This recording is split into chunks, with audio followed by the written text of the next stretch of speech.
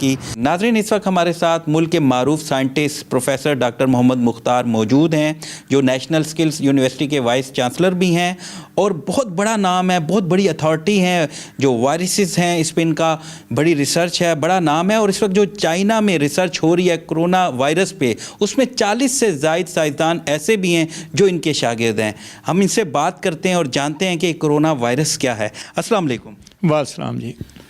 یہ بتائیے گا کہ کرونا وائرس کیا ہے اور یہ کیسے انیشیٹ ہوا؟ دیکھیں، سب سے پہلی بات تو یہ ہے کہ یہ کرونا وائرس، اس کا نام جو ہے نا، اس کی شکل کی وجہ سے پڑا ہے۔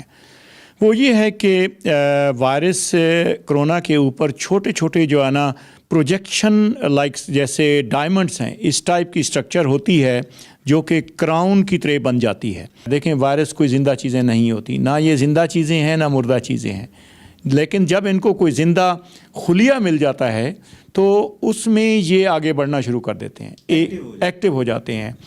اچھا، یہ انیشیٹ کیسے ہوا ہے؟ دیکھیں، اس کے ابھی جو کہا جا رہا ہے وہ یہی ہے کہ بیٹ سے یا سنیک سے یہ وائرس جو ہے نا انسانوں تک پہنچا، اور بہت سارے وائرسز اور بیکٹیریا ایسے ہیں جو کہ جانوروں سے انسانوں میں منتقل ہو جاتے ہیں، ان کو ہم زوناٹک انفیکشس ایجنٹ کہتے ہیں۔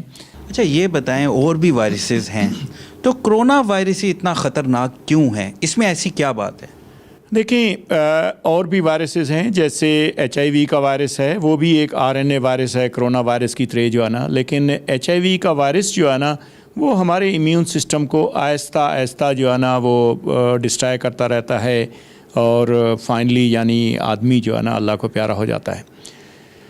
اب یہ جو کرونا وائرس ہے، یہ ایسا وائرس ہے جو کہ ہمارے نظام تنفس سے انسان کے اندر جاتا ہے اور ہمارے نظام تنفس کو ڈیمیج کر دیتا ہے۔ دیکھیں، ہماری زندگی سانس کے ساتھ ہے، اگر سانس لینے والا سسٹم تھوڑا سا بھی ڈیمیج ہو جائے تو وہ سارے کا سارا مسئلہ ہو جاتا ہے۔ اور ہم وائرالوجسٹ، دنیا کے وائرالوجسٹ اس بات پہ یقین رکھتے ہیں کہ یہ جو سانس کی نالی کے ذریعے پھیلنے والے وائرس ہیں، یہ سب سے زیادہ تباہ کن ہو سکتے ہیں۔ اچھا، یہ بتائیں، ترقی یافتہ ممالک تو اس کی ویکسین تیار کر رہے ہیں اور کر بھی لیں گے، لیکن وہ تو سب سے پہلے اپنے لوگوں کو دیں گے۔ یہ جو آپ کا کویشچن ہے بڑا ویلڈ ہے کہ جس ملک نے بھی بنانی ہے اس نے سب سے پہلے اپنے ملک کے لوگوں کو بتانا ہے، چاہے وہ چائنا بنائے، جاپان بنائے یا امریکہ بنائے۔ تو ورلڈ ہیلتھ آرگنائزیشن جو کہ ایک یونیفائڈ باڈی ہے، اس اوور آل اس کو دیکھ رہی ہے۔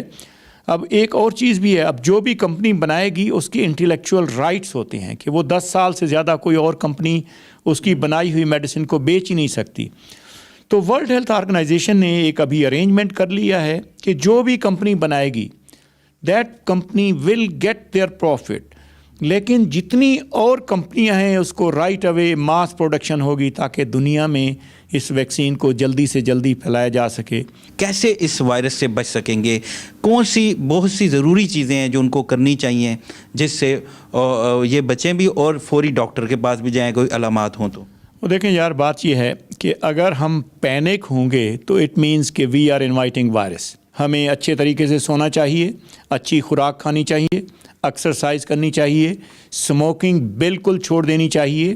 اٹلی کی مثال ہمارے سامنے ہے، اس میں میرے خیال میں جو زیادہ ڈیتھس ہوئی ہیں، اموات ہوئی ہیں، اس کی پروبیبل ریزن یہی ہے کہ وہ لوگ جو ہے نا الکوہل کنزیوم کرتے تھے، شراب پیتے تھے، جس کی وجہ سے شراب پینے والے انسان کے جو ریسپیریٹری سسٹم ہے وہ کمزور ہو چکا ہوتا ہے، وہ خلیے کمزور ہوتے ہیں، اور یہ وائرس جو ہے نا ہمارے لنگز اور ریسپیریٹری سسٹم کو افیکٹ کرتا ہے۔ This could be one of the potential possible reason. بہت شکریہ، آپ نے گفتگو سنی ملک کے معروف سائنٹسٹ کی۔ اب ہمارے پروگرام کا وقت ختم ہوا ہے۔ آخر میں صرف ایک ہی بات کہنا چاہوں گا کہ قوموں پہ آفتیں اور مصیبتیں آتی رہتی ہیں، کامیاب قومیں وہی ہوتی ہیں جو مل کے متحد ہو کے مصیبتوں کا سامنا کریں۔ اگلے ہفتے انشاءاللہ ہم نئے ایشو کے ساتھ دوبارہ حاضر ہوں گے۔ اپنے میزبان ناصر ہاشمی کو اجازت دیجیے۔